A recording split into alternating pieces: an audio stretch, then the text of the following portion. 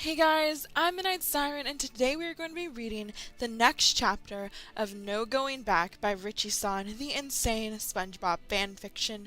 Now, it's been some time since we've read this story, but I'm really excited to be going back to it. This story is so hilarious. It's just great. Last chapter, SpongeBob got diagnosed with prostate cancer. Gary got pregnant and ran off with his boyfriend, and then a lone shark, literal shark, gave him money. So that's what we're going to be continuing today. And without further ado, let's just read chapter 5, No Big Money, No Big Problems, of No Going Back. The money was on his doorstep when he woke up. SpongeBob tore open the bag and was almost salivating over the beautiful money that he had just received. After this, he could pay off his debt to the Clam Casino, all thanks to... Who was that at his door last night? SpongeBob had never seen him before in his life. His mind was a haze due to his day, but the voice sounded familiar. He was a loan shark, that much was true, but what was his name? SpongeBob left this question for another time as he made his way down to the Clam Casino to give the money to the clerks. "The casino thanks you for your diligence," was all that they said to him. SpongeBob glances at his watch, leaving the casino, checking the time. It was time for another day at work. SpongeBob considered staying at the casino. Who needs work when you're rich? He had a good deal left over after repaying the debt. Perhaps he could spend a short while tripling his income. With that, SpongeBob spent the evening at the Clam once more, losing all of his extra shells allotted to him. His addiction truly sucked all that was good from him. SpongeBob felt like his steps were a lot heavier as he exited the Clam over 2 hours late for work. Little did he know these 2 hours would change things drastically. SpongeBob entered the Krusty Krab with a sunken face, feeling worthless after losing almost 1,000 clams. Squidward looked at SpongeBob in shock. "You're late. Where were you?" Gary had a thing. SpongeBob swiped his hat from the coat rack. He had just noticed this place was deserted. "Where is everyone?"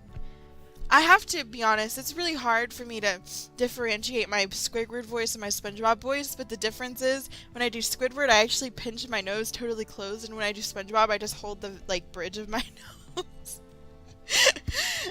Just a little tip for you there. Squidward shook where he stood, then suddenly the kitchen door swings open. What? Revealing the one and only Sheldon J. Plankton. "Hello, Mr. Squarepants. I was just leaving." Plankton had changed plenty in the last few years. He now sported a trendy mustache. I'm gonna have to make that my thumbnail. Squidward looked towards SpongeBob, clearly distressed. SpongeBob knew that this was his time to shine. Back a few years ago, Plankton proved himself to be all the more entrepreneurial than Krabs. SpongeBob was still just an average square, and Patrick still mingled with the living. The chum bucket was finally done for. An employee suffered third-degree burns during a grease fire that started when he was frying chum. He was across the room at the time, but the fire manifested itself and traveled across the room to time. Grease fires spread in water, apparently, and it eventually burned the entire fucking place down. He lost Karen in the fire, and now she only exists in the cloud drive that he had set up for her. He never really did reactivate her after that. A reflection of what happened to them, where there would be too much. Man, everyone just has some tragic shit going on in this story, don't they? After pretty much faking her death and losing his restaurant, Plankton received a hefty lump sum in insurance. Opening a restaurant was something that destroyed him. Everyone in Bikini Bottom was destroyed in some way in the past 10 years, as I can see. This was just one example of it. Plankton left town for a while, gave up looking for Mr. Krabs' secret recipe, and went to find himself. Blow, weed, you name it. Apparently everyone's also a drug addict. Everything just led to more questions and less answers for them. I swear to God, if he finds Jesus. Nearly at the end of his insurance money, a man approached him, asked if he'd like to invest it. He trusted the complete stranger and gave him every last penny he had. It was a gamble, really, and his life depended on it. With the money, they opened... This is worse. A strip club called the Shell String, and now I'm picturing a thong made of seashells. The only thing covering the fish there being shells. That's like nothing different from like normal SpongeBob. Like, it made him more money than he ever imagined, more than he would make managing a shoddy restaurant. He came back from the brink and made it better than ever before. Plankton sat down at the chair closest to the door. A vodka tonic on the rocks. I can't do a Plankton. Whatever.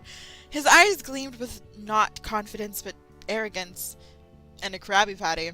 SpongeBob gasped. Hold the pickles. Plankton pulled out a large wad of money and flipped through it. You know we can't serve you, Sheldon, SpongeBob said through the cook's peephole. Squidward seemed dissatisfied with the third wheel, hoping to spend quality time with SpongeBob. Ooh. My money is good here. I have no intention of stealing Krabs' recipe. He lifted his hands, a sign of humility. No tricks. They hadn't seen Plankton in years. They assumed he had crawled in some hole and died. Krabs isn't here right now. I'm not going to make any decisions till he gets back. SpongeBob shut the flap of the cook's peephole. You better get out, Squidward motioned. That's very hateful. Fuck me! I'm sorry, I don't know if I can read this. That's very hateful of you, tennis balls. All the good SpongeBob jokes just coming back to play, baby. Plankton took out a piece of gum. Let Mr. Squarepants know he's acquired some very powerful enemies. He tipped his head forward. The family sends their regards. Plankton turned around. What is he, in the Mafia now? Turned around swiftly and made his way to the door of the Krusty Krab. What was that all about? Squidward asked, blushing at SpongeBob. Does Squidward want to bang SpongeBob now? Like, I kind of felt like SpongeBob might want to bang Squidward, but Squidward always hated SpongeBob. I don't know. Oh, shit. I don't know. SpongeBob pondered. Nothing of particular importance happened for the rest of the day until Mr. Krabs got back from the errands he was running. Are you finished with those errands yet? It was Friday, and that was payday. The Clam Casino was waiting for him. SpongeBob left the Krusty Krab with haste, needing to fix on gambling and alcohol. He was able to cash his check at the bank, called the Central African Republican Frank Bank, what? And started walking down the road towards the Clam Casino. It was conveniently placed down the city-funded asphalt lane from the bank, almost too conveniently. Making his way down the black slim path, he heard a rustle in the bushes of seaweed behind him. Is SpongeBob and Squidward ever gonna hook up? Because I'm still shipping that. Is someone there? asked SpongeBob. He stopped and was scanning the landscape around him. There was no one there. He kept walking down the road. The casino was just in sight. The dopamine in SpongeBob's brain would finally be flowing again, for once in his miserable life. There was a shuffle again. SpongeBob whipped out his switchblade that he's been carrying with him since the incident with Sandy. He hasn't had to use it yet. He woke... What? Oh. A crash came down onto his head and a shattering crack that echoes throughout the environment around them. All SpongeBob saw after that was black. He woke up with a headache worse than any hangover he had ever had. He had one arm shackled to the wall behind him, and the other arm as well. His legs were tied together at his feet, and he couldn't move. SpongeBob's eye was throbbing. Someone had beaten him while he was unconscious. Torches were placed on either side of the stone wall. It was almost dungeon-like. There was a wooden door straight across from SpongeBob.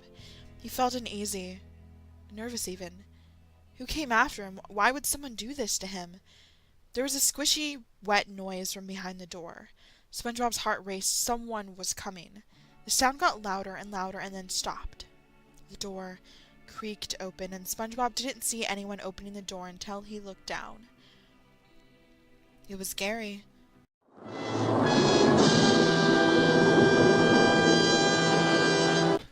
buddy.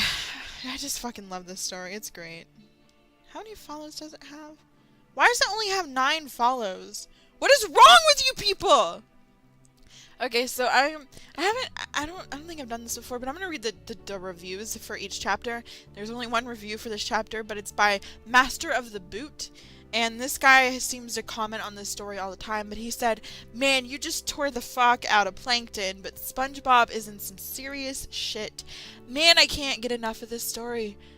Agreed, dude. As always, I will try to think of a review. Let me think of something. I wrote in quotes, "It was Gary," and then I wrote dramatic groundhog zoom. Hilarious, I know. I just couldn't think of anything else. But anyway, guys, that was chapter 5 of No Going Back by richiesan, and the story just keeps getting better and better. I honestly just look forward to the next chapter every time I finish one, because this story is just so hilarious. Like, I don't know why it doesn't get more attention. But anyway, guys, let me know what you think in the comments below. And if you have a fanfiction that's your thing, make sure you go check the story out and give him some love. I'm Midnight Siren, and I will see you guys next time.